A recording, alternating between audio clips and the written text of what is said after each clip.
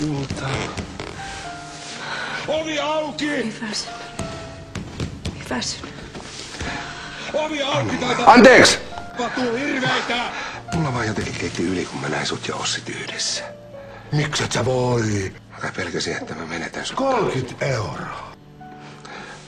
Mun sydän särkyy, kun mä näen sut noin surullisena. Älä sit tee mua näin surulliseksi. Anteeksi! Eikö mä kaikkeni tehnyt, että sulla olisi hyvä? Arvaa!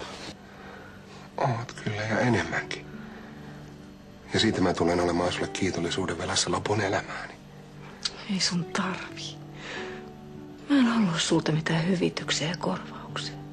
Mulla on velkoja. Mä haluan vaan, että meillä olisi hyvä olla yhdessä.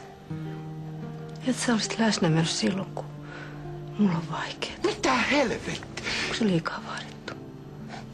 Arvaa! No ei tietenkään.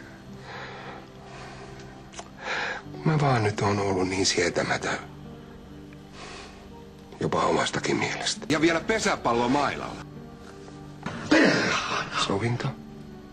Miksi et sä voi?